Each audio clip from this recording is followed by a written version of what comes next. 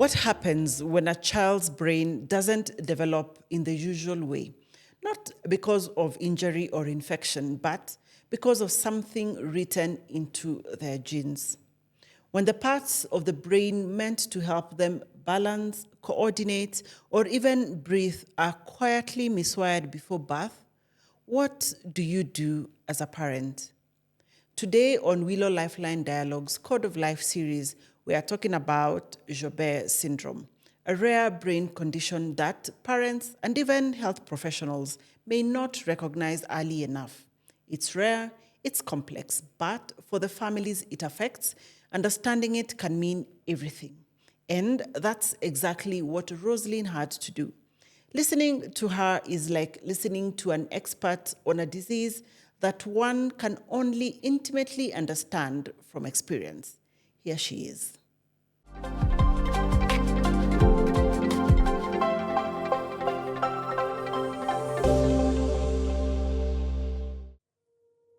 A rare brain condition with symptoms that can baffle even seasoned doctors became not just a diagnosis for Roselyn's son Morgan, it became a call to action. Joubert syndrome is a rare genetic condition that affects the brain, mostly because that's the key diagnosis. And so, but it affects other body parts. This rare condition affects brain development, causing motor delays, low muscle tone, breathing irregularities, and sometimes vision and kidney problems. While most people may never have heard of Joubert syndrome, for Roselyn, it's a name that changed her life. How this condition affects others is that you find that for others, there's involvement of liver, you have endocrine issues, you have skeleton issues, that you have extra fingers and toes. Roselyn Kanja Odero noticed early that her son Morgan wasn't hitting typical milestones, sitting up, crawling, even holding his head. Everything came with delays. So like for my son he started holding his head up around, I think, 5th month, and then started sitting at 3 years. After countless illnesses and treatment, a brain MRI finally brought answers. Morgan was diagnosed with Joubert syndrome, a rare neurological condition that affects just 1 in 80,000 to 100,000 children worldwide. So at around 4 months, the doctor said, let's just do a brain scan, brain MRI. And the brain MRI is what now gave us the actual diagnosis. First of all, we are very lucky that we even got that diagnosis. Even abroad, you find children having several MRIs and they still don't catch it. Yeah, so that's what started our journey as having Joubert syndrome.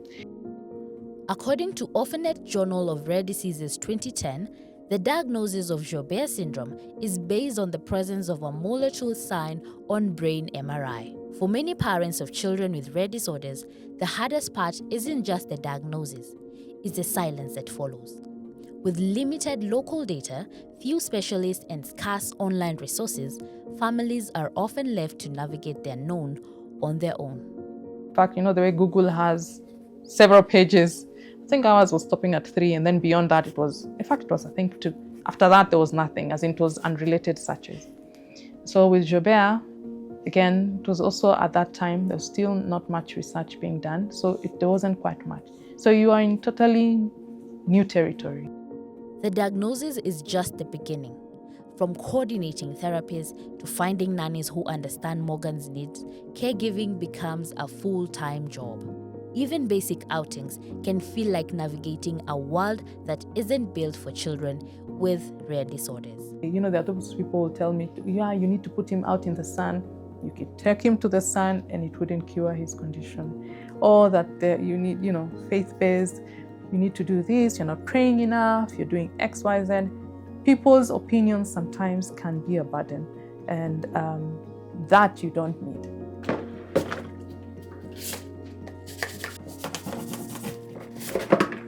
And so support for me looks like having a good nanny who can take care of him. That means I can be able to go outside and, bring the bread where I can.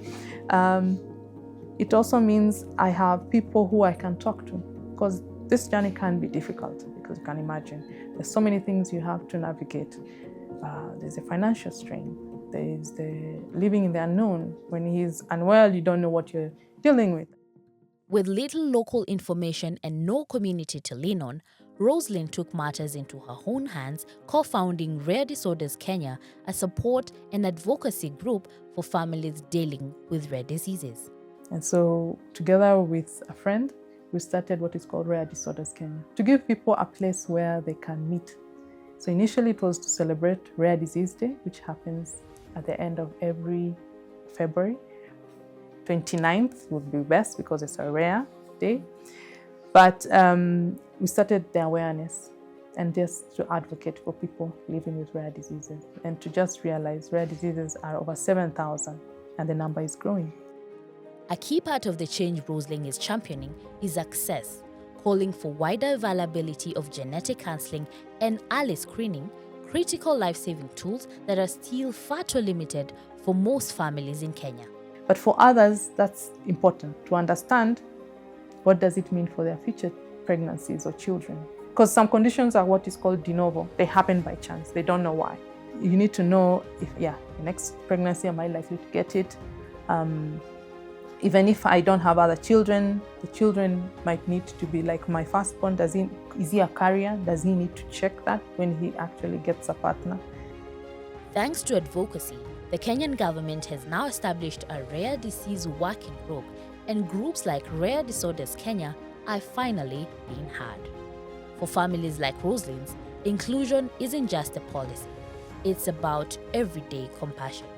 Roselyn dreams of a future where rare disorders aren't hidden in silence, but understood, supported, and embraced, because no family should have to walk this journey alone.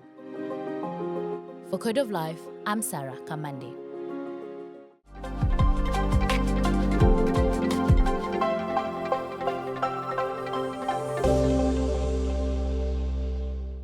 Our guest today to understand more about Joubert syndrome is Dr. Catherine Mutinda. She's a pediatrician and geneticist who has worked with children living with different genetic conditions across Kenya. She helps families navigate diagnosis, therapy, and hope. In this case, when a child's brain development follows a different, unconventional path. Karibu sana daktari, welcome very much to our set, and for willing to have this conversation, difficult conversation on genetics and what it means to the different generations. And today we are talking about Joubert syndrome, a very rare condition. And let's begin from the beginning. For parents hearing this for the first time, how do you explain Joubert syndrome? It's a mouthful, yes. But how do you explain it? So Joubert syndrome is a condition that is caused by the fact that part of the brain is not formed. And why is it not formed? It's not formed because the genetic imprint or the code that is responsible for that part being formed is either not there or it's not working. So what happens in a child's brain then? I mean, the brain is a big and serious organ that controls everything. So what happens with this child? So in the specific case of Joubert syndrome, part of the brain, the midbrain, is not formed as it should be. And therefore, the functions of that part of the brain are all affected. This include balance, inability to coordinate, the way they are moving. They're usually very floppy at the beginning. Not only that, as you said, the brain is a very big organ. So we have a part of the brain that's not formed, but also we have a propensity to form cysts in the kidney. So parents also are asked to have a close surveillance of the kidneys, and the kidneys are also very important on maintaining your blood pressure. So again, the child has to also have surveillance on blood pressure. So there's a lot of things that intertwine with that, just one little genetic code mistake. So this is at the development of the brain. Correct. So at birth, obviously then this is something that has already happened. How is this child when they're born? Like, are you able to tell at that point, or is it something that you pick along the way? At At birth, they come out very stable. Everything looks picture perfect. But if a neonatologist or a neurologist is to examine the tone of that baby, they'll feel that baby is a bit soft. We'd say like a raggedy doll, very floppy. And they'll be like, something is off. Unfortunately, in our healthcare system, most of the time when that happens, they tend to be told they have cerebral palsy. And unfortunately, sometimes Joubert syndrome babies also have epilepsy, which then goes again to confirm what was said to be CP as more of a confirmatory, say, oh, you have convulsions, and then you have floppiness, then this is CP. Yes. So with the confusion or it looking like cerebral palsy, is it then a diagnosis that is or can be missed, or is it misdiagnosed, or just not diagnosed? It's a diagnosis that can be missed. Yes? So for us to actually pick Joubert syndrome, fortunately, we have what we say pathognomic features that will show up on an MRI. That once you see the molar tooth sign on an MRI, that's the one syndrome you should never forget. It is the Joubert syndrome. It will show up on the MRI and you're able to make that diagnosis. Unfortunately, not all babies are going to get an MRI, right? So the next space is the regular checkups with the doctor. As you go to the hospital, the baby is being said to be floppy. They are raggedy doll. Let's not accept CP as a blanket diagnosis. So CP caused by what? That should be our question as parents. CP caused by what? And if it is CP because of the happenings around delivery, then we should be able as mothers who are in the delivery room to say, I had my baby cry or I didn't hear my baby cry. And if I did hear my baby cry, then challenge us as healthcare providers to say, what else? So that someone can actually go for that MRI, pick not only Joubert, but other syndromes that can be picked, rethink that diagnosis again and ask themselves some tough questions so that we are not going to repeat the same issue again in the next pregnancy. And finally, we are able to support this child who is already here with us in the best way possible. So when mothers or families see a child not meeting the milestones, they may be assumed to be late bloomers or they'll catch up. You know, the usual thing you're told, yeah, even your auntie so-and-so's kid, your cousin, this and that. But for such a rare condition or such a disease that has really serious consequences, even including kidney, high blood pressure, what are the things that a mother, a parent, should not overlook with this kind of children? So number one, as mothers, a God-given talent, that sixth sense that is called mother's sense. If you feel we are not doing the right thing as your healthcare provider, please go on with that gut. It usually is right. And it's a God-given way because you're the primary doctor to that patient or rather that child. Number two, they are delayed, but they are not your cousins, neither are your neighbor's children. They are yours. So you do not have to go like comparing with another child. You need just to say, I feel my child is not speaking and they are 1 year. I am worried. And let's not have neighborhood discussions about it. Go to an official person and say, I am worried about this, and I'm worried because my baby is not talking, my baby is not walking. Then let's take it from there. Yes? And then finally, and more importantly, make sure you have a name. What type of CP is this?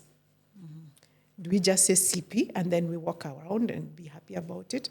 Or do we say CP and ask ourselves some more questions? We're in the era of precision, so let's be precise about what we say.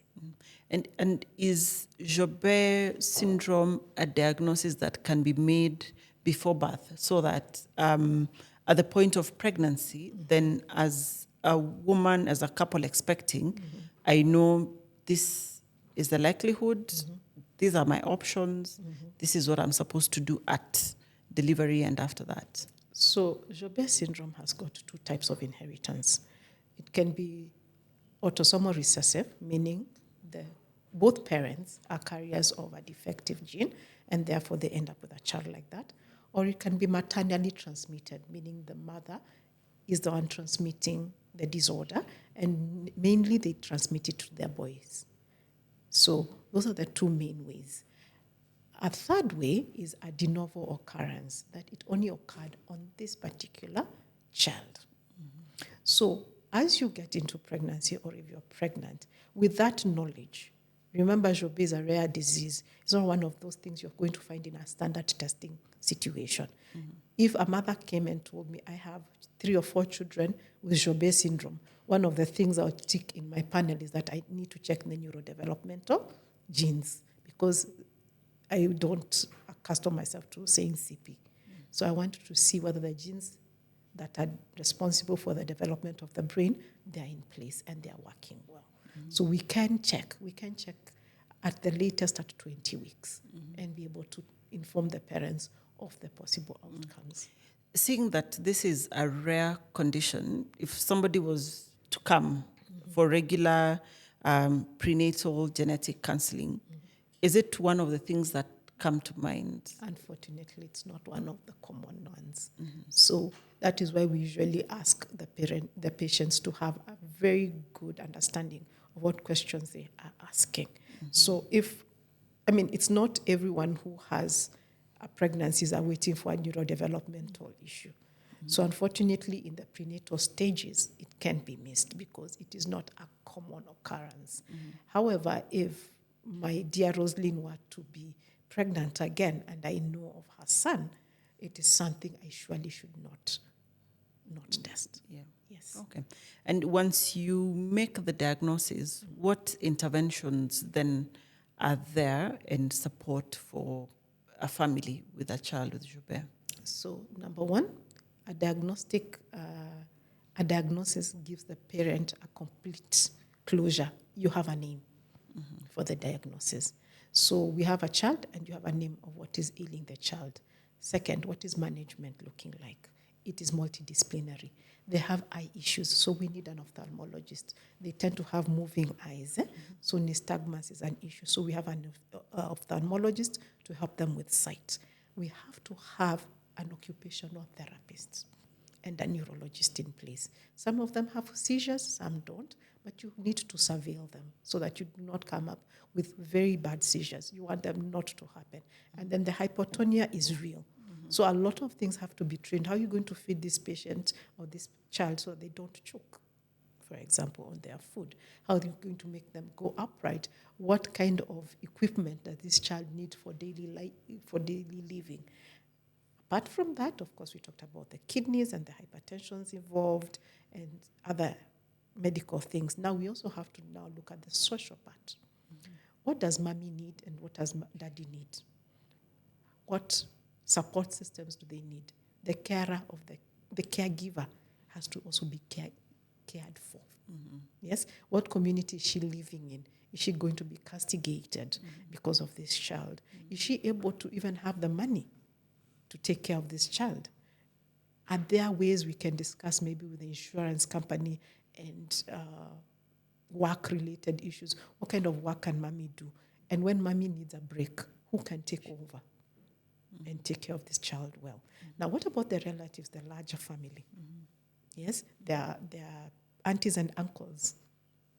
Are they going to help or are they going to be destructive? So there are all those people, the society. The most important thing I think in our country is missing is legislation so that it can safeguard these children. We talk about disabilities and the way they should be tax exempt and stuff like that. But they need something more. They need to go to school. They need to play. They need to talk. What about I'm a woman and I want to go have a spa date? Who am I going to leave my child with?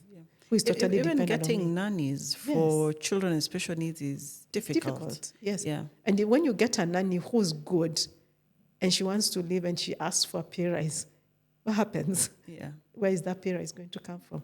And it's true. They're a handful. They need a lot of care. Yes. So there seems to be a need for a lot of support socially, but also even from the medical fraternity.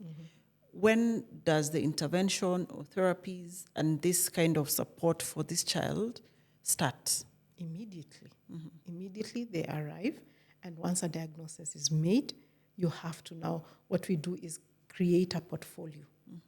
You need to see neurologists every 3 to 4 months. You need to see the ophthalmologist you need to see, you understand, and all these people, you have to make sure they're working together with the family. So that now we are talking about the child needs to see the nephrologist and the neurologist. You can't say, come on Monday, see the neurologist, and come on Friday, see the nephrologist. How about the two people see you together? Yes, I was about to ask that, because we see people crisscrossing town, crisscrossing towns and cities, because you need to see this specialist is on this other end. Does that multidisciplinary team consultation happen, or is it probably, a phone call? How is that care for these children? So how does it happen? Once a genetic counseling situation has occurred and we have created that portfolio, we actually create that multidisciplinary team in conjunction with the parent. So the parent maybe is comfortable in the Upper Hill area. So we have to get specialists who are in and around the Upper Hill area. They're interested in the Parklands area. And then now we inform these people in good time. Say, I call my colleagues and say, I have a client who needs a cardiologist. And then this client who needs a cardiologist also needs a nephrologist and needs a neurologist.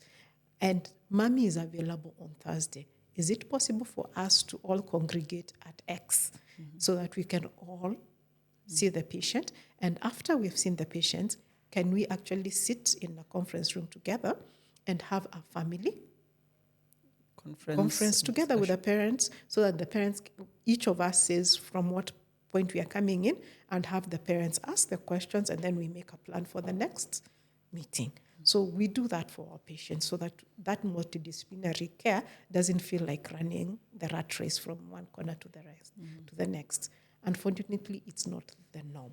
And it should become the norm. It's an exception. Yes. Because most people we talk to have to run across town, and it can be tiring, and then you get lost on follow-up in between. Correct. Yeah.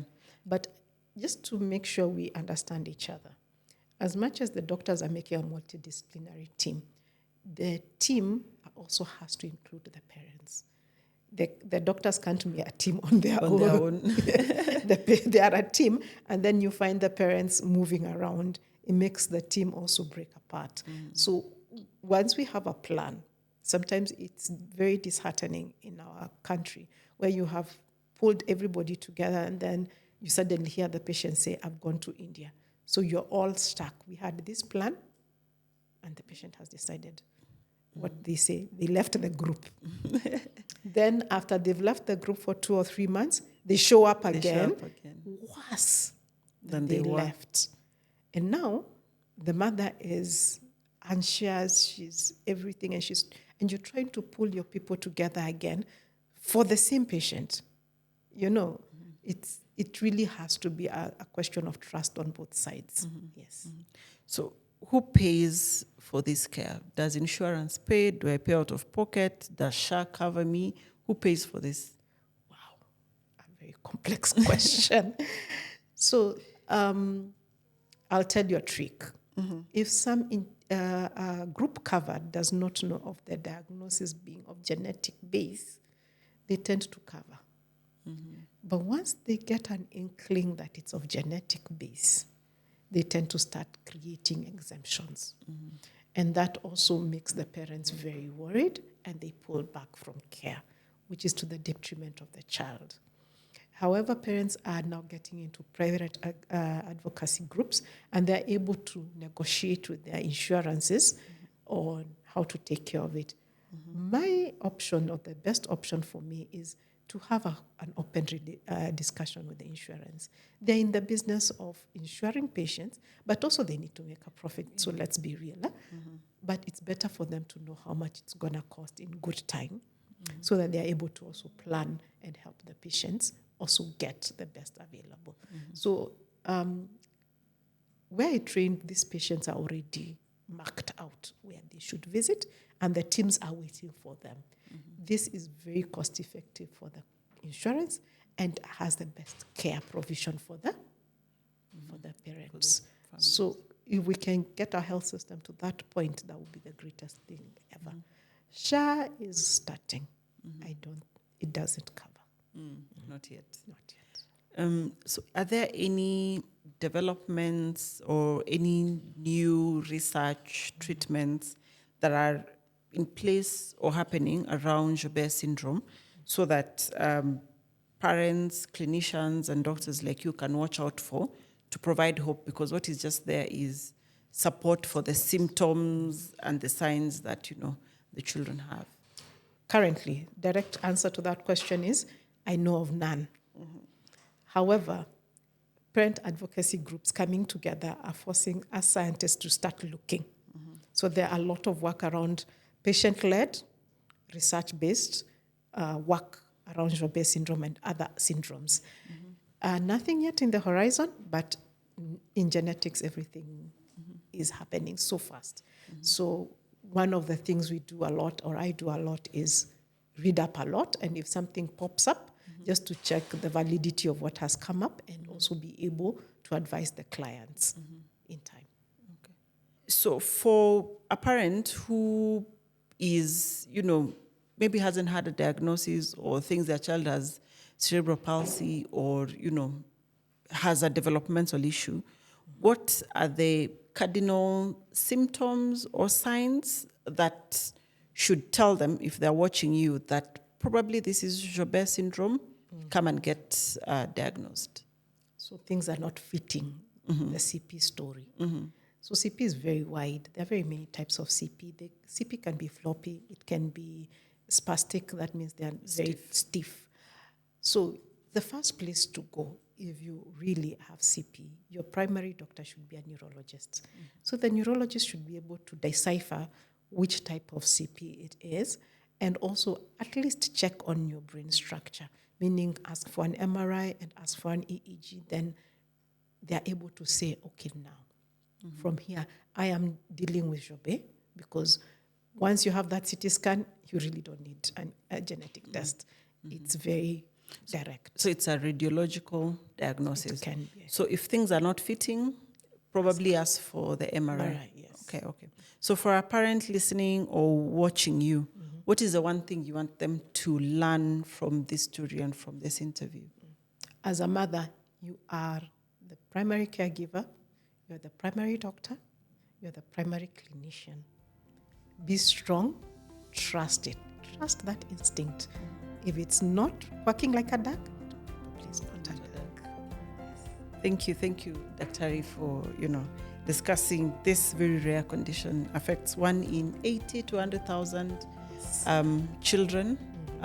Quite rare and quite complex. So thank you for breaking it down. Thank you to Roselyn for sharing your story and sharing your experiences with us. We appreciate that. And this has been Willow Lifeline Dialogues Code of Life series. If this episode has resonated with you or someone that you love, please share it. And for more episodes and content like this, subscribe to Willow Health Media on YouTube, on Spotify, and all our social media platforms. At Willow, we bring science and stories into everyday health decisions. Stay informed, stay empowered, and connected. Until next time, do take care. I'm Dr. Korir.